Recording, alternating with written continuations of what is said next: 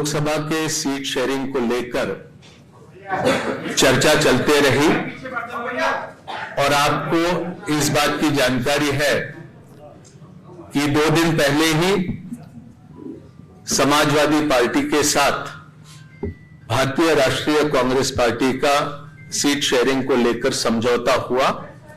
उसकी घोषणा लखनऊ से हुई। समाजवादी पार्टी को 1 सीट लोकसभा की खजुराहो ये मध्य प्रदेश में देने का भी ऐलान लखनऊ से किया गया।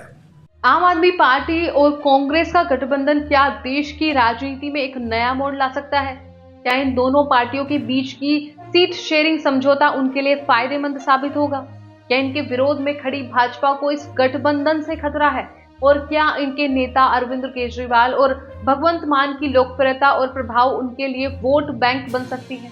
इन सभी सवालों के जवाब जानने के लिए देखिए हमारा ये वीडियो, जिसमें हम आपको इस विषय के बारे में विस्तार से बताएंगे। नमस्कार, आप देख रहे हैं न्यूज़ और मैं हूं आपके साथ तनु शर्मा। इस वीडियो में हम आपको बताएंगे कि आप और कांग्रेस का गठबंधन कैसे बना, इसके पीछे का राजनीतिक और सामाजिक परिप्रेक्ष्य क्या है, इसके प्रमुख नेता और उम्मीदवार कौन है, इसके लिए कौन कौन से राज्य और सीटें महत्वपूर्ण हैं और इसके लिए कौन कौन से मुद्दे और वादे हैं, इसके लिए कौन कौन सी चुनौतियां और अवसर हैं, इसका चुनाव परिणाम पर क्या प्रभाव पड़ेगा। आइए शुरू करते हैं।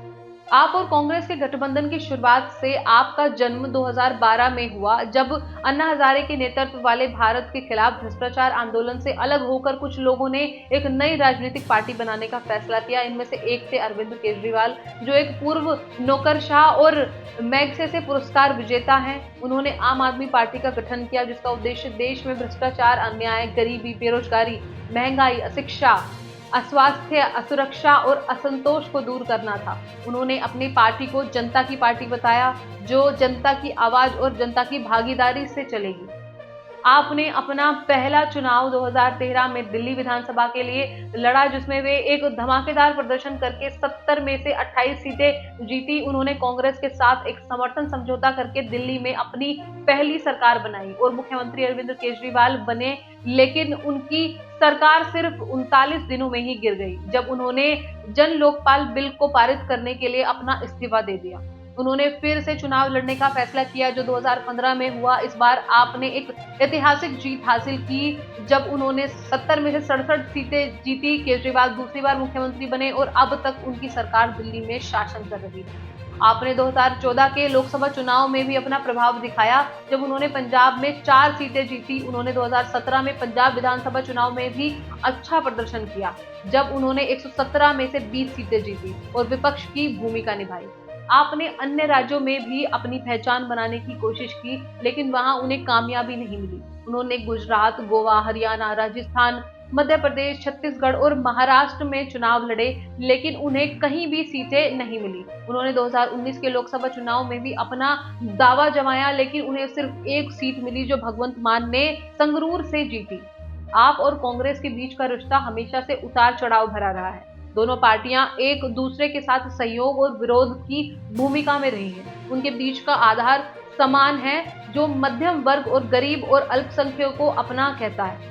उनके बीच का वैचारिक रूप से भी कई बड़ा अंतर नहीं है, जो जन कल्याण और विकास पर जोर देता है, लेकिन उनके बीच का राजनीतिक रूप से बहुत सारे मतभेद हैं, जो उन्हें एक दूसरों के विरोधी बनाते हैं। आपने कांग्रेस को भ्रष्टाचार, नाकामी, तुष्टीकरण और घोटालों का दोषी माना है। उन्होंने कांग्रेस के नेतृत्व को निर्णायक, निर्णयात्मक और निर्लज्ज माना है। उन्होंने कांग्रेस के नेताओं पर बीजेपी के साथ मिलीभगत का आरोप भी लगाया है और उन्होंने कांग्रेस को भाजपा का बी टीम भी कहा है। कांग्रेस ने आपको अनुभवहीन, अस्थिर, अहंकारी और झूठा माना है। उन्होंने आपके नेतृत्व और अनैतिक, असंवैधानिक, असंगठित माना है। उन्होंने आपके नेताओं को भाजपा के साथ समझौता करने का आरोप भी लगाया है। उन्होंने आपको भाजपा का एटीएम भी कहा है। इस प्रकार दोनों पार्टियां एक दूसरे के विरोध में जनता का भरोसा दिलाने के लिए अपने आप को एक विकल्प के रूप में पेश करती हैं, लेकिन दोनों पार्टियां भी जानती हैं कि भाजपा के खिलाफ एकजुट होने की जरूरत है, जो देश की सबसे बड़ी पार्टी है और जिसके पास विशाल संसाधन और संगठन है। भाजपा को हराने के लिए विपक्ष को एकजुट होकर चुनाव लड़ना होगा, जिसमें आप और कांग्रेस दोनों का महत्वपूर्ण योगदान हो सकता है। इसलिए दोनों पार्टियों ने अपने बीच के मतभेदों को दबाकर लोकतंत्र की रक्षा के लिए एक साथ आने का फैसला किया है। उन्होंने अपने गठबंधन की घोषणा करते हुए कहा कि वे देश को भाजपा की तानाशाही, अराजकता, भ्रष्टाचार, आर्थिक मंदी, बेरोजगारी, किसानों की आत्महत्या, धार्मिक अश्लीलता, गरीबी, महिलाओं के खिलाफ हिंसा और अन्य सामाजिक बुराइयों से मुक्ति दिलाने का वादा करते हैं। उन्होंने अपने गठबंधन का आधार जनता की आवाज, जनता की इच्छा और जनता की आशा बताया है। उन्होंने कहा है कि वे देश को एक नया राष्ट्रीय एजेंडा देंगे, जिसमें शिक्षा, स्वास्थ्य, बिजली, पानी, सड़क, रोजगार, किसानों का हित, महिलाओं का अधिकार, युवाओं का भविष्य, अल्पसंख्यकों की सुरक्षा, विकास और न्याय को शामिल करेंगे।